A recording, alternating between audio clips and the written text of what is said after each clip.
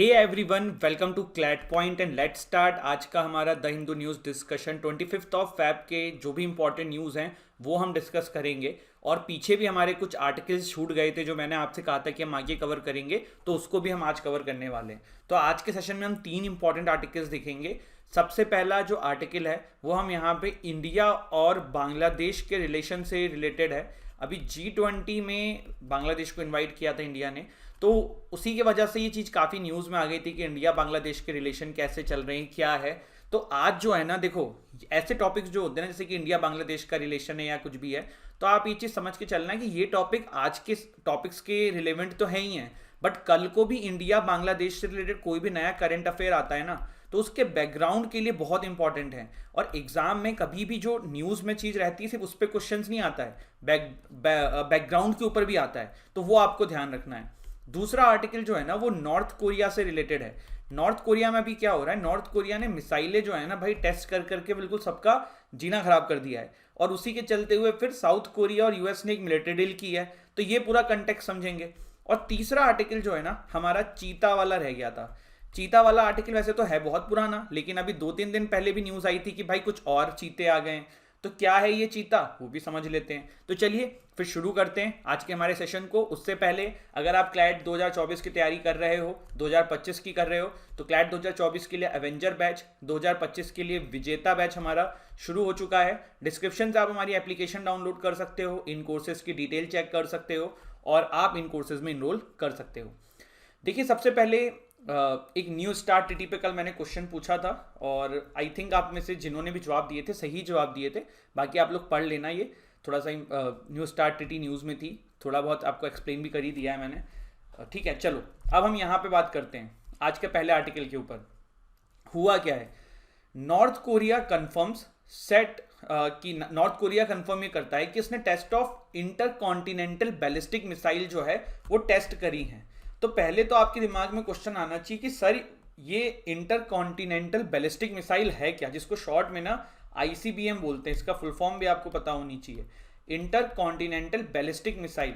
अगर नाम से ही समझ लें तो आप ये समझ लो कि एक कॉन्टिनेंट से दूसरे कॉन्टिनेंट में जो मिसाइल भेजी जा रही है ना भाई, वही है इंटर कॉन्टिनेंटल मिसाइल। ये देखो, पहले तो नॉर्थ कोरिया का थोड़ा सा मैप समझ लो। ये अपना प्यारा क्या है, भारत है, ठीक है। इधर आपका अमेरिका आ जाता है, इधर देखिए इसके बगल में साउथ कोरिया है, और बाकी आप समझ सकते हो। और एक चीज़ तो आई होप आप सभी को क्लियर होगा, ये मैप ऐसे बनते हैं लेकिन इसका मतलब ये नहीं है कि ऐसा है। ये देखो पूरा गोल स्ट्रक्चर है, तो नॉर्थ कोरिया और अमेरिका गोल जब स्ट्रक्चर से समझोगे तो आपको समझ में आएगा, तो ये ध्यान रखना। चलिए, तो अब अभी क्या न्यूज़ है, अभी न्यूज़ में ये है कि भाई नॉर्थ कोरिया ने रिसेंटली जो है फिर से मिसाइल टेस्ट करी हैं। अभी एक चीज़ आपको बता दूं कि रीसेंट मिसाइल जो नॉर्थ कोरिया की सबसे दूर जाने वाली है ना, वो है हाउसोंग 17। हाउसोंग 17 जो है ये इंटर कॉन्टिनेंटल बैलिस्टिक मिसाइल है, जिसका ऑपरेशनल रेंज 15,000 किलोमीटर है। ये बहुत ज़्यादा है, आप समझ लो 15,000 किलोमीटर।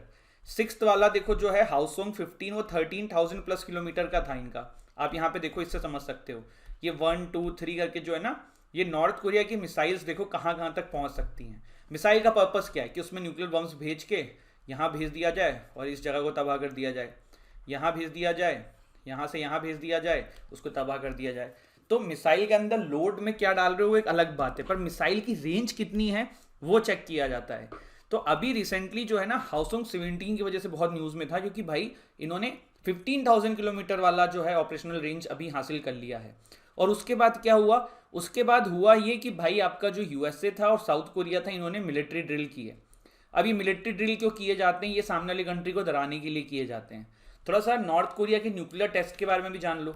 नॉर्थ कोरिया ने सबसे पहली बार 2006 के अंदर जो है ना न्यूक्लियर टेस्ट किया था, उसके बाद से थमे नहीं है।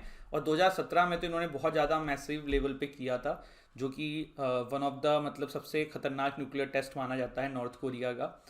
नॉर्थ कोरिया की अगर हम बात करें तो इनकी जो मिसाइल्स हैं, इनके नाम कुछ इस प्रकार से हैं। वैसे ही आप ना भी याद रखो तो चलेगा, बट रिसेंट वाले पता होने चाहिए। तो लास्ट 3 थी हाउसोंग 14, हाउसोंग 15, हाउसोंग 17। तो जो 17 है ना, ये लेटेस्ट है, जिसके पास सबसे ज़्यादा किलोमीटर वाइज इनके पास अब कैपेबिलिटी आ गई है। नॉर्थ कोरिया के मिसाइल टेस्ट के अगर रिकॉर्ड देखें तो देखिए 2012 से ये टेस्टिंग इन्होंने स्टार्ट कर दी थी और 2022 में ना ये अलग लेवल पे चली गई है। आपको क्यों लगता है कि नॉर्थ कोरिया जो है वो इतने मिसाइल टेस्ट कर रहा है? ये सब तो हमको पता ही है, नॉर्थ कोरिया की हमने कहानी सुनी हुई है कि यहाँ के जो लीडर हैं वो तानाशाही करते हैं लोगों को, सब जगह को, उनके टीवी में बस यही सब आता है वहाँ के लोगों को कि भाई कैसे बाहर की कंट्रीज़ उनके दुश्मन हैं और कैसे इनके जो राजा हैं ये किंग हैं, यही सारी चीज़ें कि मतलब कितने अच्छे हैं। और इवन यहाँ तक है कि वहाँ पे हेयर कट भी अपने मर्जी का नहीं रख सकते हो, तो हालत तो ख़राब है। लेकिन पूरा विश्व उनके ऊपर हावी ना होना, तो उनको वो दिखाते हैं कि भाई हमारे पास पावर है, अगर तुम कल को हमसे पंगा लोगे ना तो फिर देख लेना। पता है आपको, जब डोनाल्ड ट्रंप जब सत्ता में थे ना, तो डोनाल्ड ट्रंप का ऐसा कहना था कि यार ये जो हम जब भी ये नॉर्थ कोरिया मिसाइल ड्रिल्स करता है या टेस्टिंग करता है तो क्या होता है कि जापान, साउथ कोरिया और यूएसए मोस्टली ये तीनों कंट्रीज ना मिलिट्री ड्रिल्स करते हैं। तो डोनाल्ड ट्रंप का कहना था क्या मिलिट्री ड्रिल्स में इतना पैसा खर्च होता है, ये सब वेस्टेज है, नॉर्थ कोरिया तो सुधरने का नाम नहीं ले रहा है। तो नॉर्थ कोरिया ऐसा ही है कि भाई हमें किसी से मतलब नहीं है, हमें तो जो करना है हम करेंगे, जिसको जो करना है कर लो भाई। तो वो वाली बात है ना। तो ये था, ये वाला अभी फ़िलहाल जो न्यूज़ में था। और अभी नॉर्थ कोरिया एंड यूएसए ने मिलके, साउथ कोरिया एंड यूएसए ने मिलके मिलिट्री ड्रिल्स किए हैं, तो इसीलिए ये पूरा कंटेक्स्ट आपको मैंने समझाया।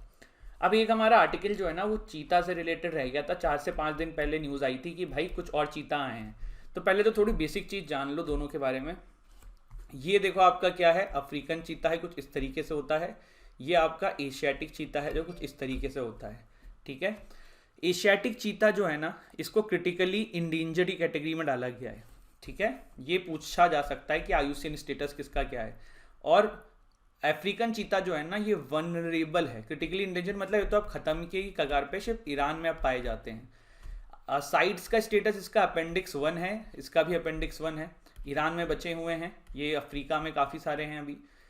बिगर होते हैं साइज में अफ्रीकन चीता, स्मॉलर होते हैं। इंडिया में पहले जो है आपका एशियाटिक चीता पाया जाता था, but now it has been extinct.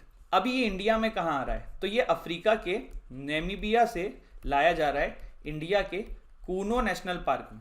कहाँ पे? कूनो नेशनल पार्क में।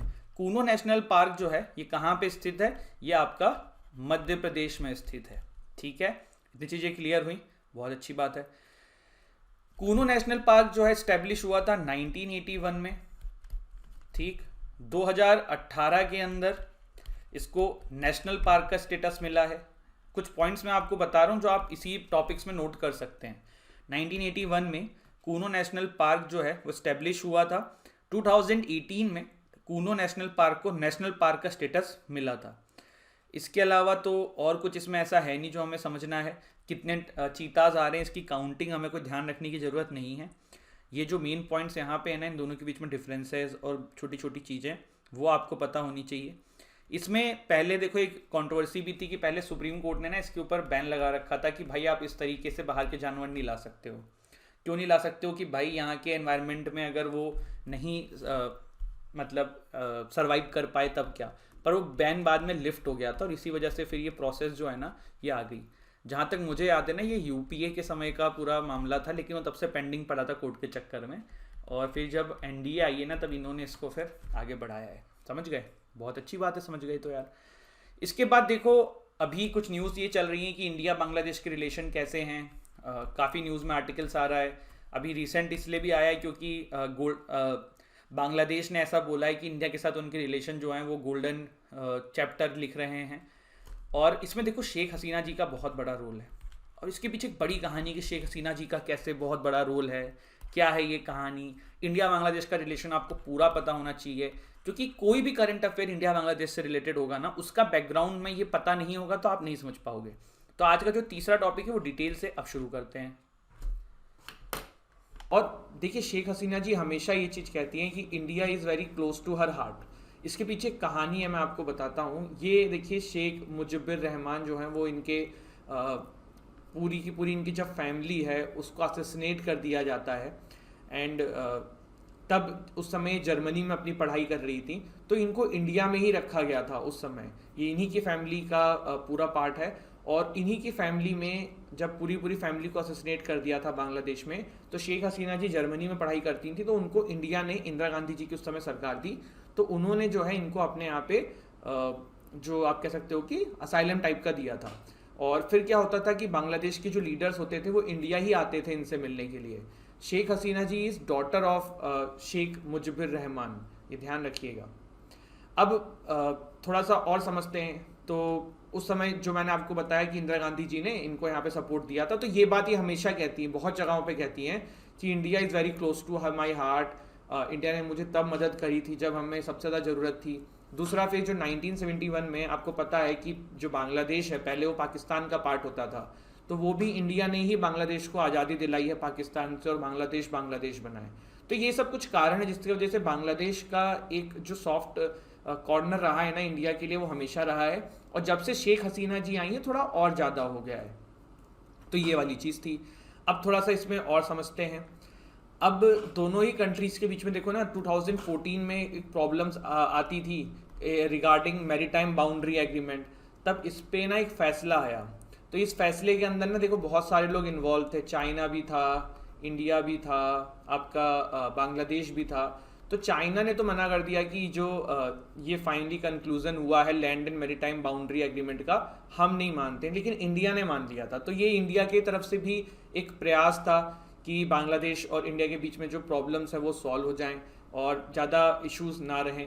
तो two governments have successfully resolve several old problems such as the exchange of conclaves and the conclusion of long pending land and maritime boundary agreement. तो ये तो मैंने आपको बताया, land and maritime boundary agreement. ये exchange of conclaves क्या है? देखो क्या हो रहा था ना कि बहुत सारे बॉर्डर एरियाज में, जैसे ये आपका इंडिया है, यहीं पे देख लो, ये आपका इंडिया है, ये आपका बांग्लादेश है। तो पहले क्या हो रहा था ना कि इंडिया के अंदर बांग्लादेश के कुछ गांव आ रहे थे और बांग्लादेश के अंदर कुछ इंडिया के गांव आ रहे थे। तो फिर इससे क्या हो रहा था ना, मैनेजमेंट में बहुत प्रॉब्लम हो रही थी। तो फिर दोनों कंट्रीज ने लैंड को एक्सचेंज कर लिया था। तो वही यहाँ पे ये एक्सचेंज ऑफ कॉन्क्लेव्स लिखा हुआ है। इसके बाद थोड़ा सा और समझने की कोशिश करते हैं। तो सबसे पहले 4 ऐसे इश्यूज हैं जो इंडिया एंड बांग्लादेश के बीच में चल रहे हैं, जिसको काइंड ऑफ अभी थोड़ा थोड़ा सॉर्ट आउट किया जा रहा है। सबसे पहला है प्रेजेंस ऑफ 1.1 मिलियन रोहिंग्याज इन बांग्लादेश, जो कि म्यांमार से 2017 में आए थे, और जिससे जो बांग्लादेश की इकोनॉमी कोई बहुत खास नहीं है, तो वो ऑलरेडी इम्पैक्टेड थी और ज़्यादा इम्पैक्ट हो रही है। देखो रिफ्यूजीज हो गए या फिर कोई भी लोग असाइलम लेने के लिए इलीगल इमाइग्रेंट्स जो आ जाते हैं, इनसे इतनी दिक्कत क्यों होती है किसी को भी? इनसे दिक्कत देखो इसलिए होती है कि आप सिंपली समझो कि जब कोई देश खुद अभी प्रोग्रेस कर रहा है, तो वो जो भी उस देश की पूंजी है, देश का जो भी प्रयास है गवर्नमेंट का, वो उस देश के लोगों के लिए पहले होगा, या कि जो बाहर से लोग आ रहे हैं उनके लिए होगा। फिर उनके लिए होगा तो फिर देश के लोगों के लिए क्या करेंगे? तो वो वाली इशू फंस जाती है। तो ये प्रॉब्लम है। तो हसीना जी ने हमेशा ये बोला है कि बड़ी कंट्रीज़ को इनको अकोमोडेट करना चाहिए, हमारे यहाँ नहीं रखना चाहिए, हमें इस तरीके की चीज़ें हैं। लेकिन भारत ने देखो कभी इस तरीके की स्टेटमेंट नहीं दी कि इनको म्यांमार में वापस भेज दो, पर भारत ने ये जरूर कहा है कि हम आपको जो है फाइनेंशियली हेल्प देंगे बांग्लादेश के लिए, भारत ने ये कहा है। तो एक इशू ये था जो थोड़ा सॉर्ट आउट होते हुए दिख रहा है। तीस्ता वाटर वाला इशू जो है ना, ये चला ही आ रहा है। अब इसमें देखो वेस्ट बंगाल का भी अपना कंसर्न जायज़ है कि अगर ये वाटर शेयर करने लग जाएंगे तो फिर वेस्ट बंगाल के किसानों का क्या होगा? तो वो एक इशू है जो अभी तक पेंडिंग चला जा रहा है। इसके अलावा तीसरा जो एक इशू है वो ये कि बांग्लादेश एंड चाइना के रिलेशन अभी स्ट्रांग होते जा रहे हैं, तो इंडिया को वो चीज़ भी सही नहीं लग रही है। लेकिन देन ये है कि हम हमारे बायलैटरल रिलेशन मेंटेन करते हैं, उनका उससे हो रहा है, उससे हमारा कोई ज़्यादा इम्पैक्ट हो नहीं रहा है। और इवन बांग्लादेश ने भी इस बात साफ कह दी है कि हमें इंडिया चाइना के बीच में आने का कोई मन नहीं है। तो वो अपने अपने बायलैटरल रिलेशन दोनों ही कंट्रीज रख रहे हैं। एक और प्रॉब्लम बांग्लादेश में देखने को मिलती है कि वहाँ पे ना जो माइनॉरिटी ग्रुप्स हैं, जो कि मोस्टली हिंदू हैं और भी इस तरीके के रिलीजन्स हैं, उनके ऊपर काफ़ी सारे इंसिडेंट्स देखे जाते हैं अगेंस्ट देयर जनता, जो वहाँ पे माइनॉरिटीज़ होते हैं। पहले तो देखो ना, वहाँ पे ऐसे बहुत सारे ग्रुप्स भी होते थे बांग्लादेश में जो इंडिया के खिलाफ समय समय पे गतिविधियाँ करते रहते थे। लेकिन जब से शेख हसीना जी वहाँ पे प्राइम मिनिस्टर बनी है ना, ये सारी एक्टिविटीज़ को तो रोक डाला गया है। लेकिन हिंदू माइनॉरिटीज़ के ऊपर जो इंसिडेंट्स हैं वो अभी भी हो रहे हैं। तो hatred against the Hindu minorities जो है उसके ऊपर काम करने की ज़रूरत है। तो ये वाली चीज़ है। इसके अलावा ठीक है, इंडिया की में भी इनकी जो लेटेस्ट विजिट हुई है वो 2019 में ही इससे पहले आई थी और फिर अब हुई है। बीच में मोदी जी भी वहाँ पे गए थे। तो ये चीज़ें चलती रह रही हैं।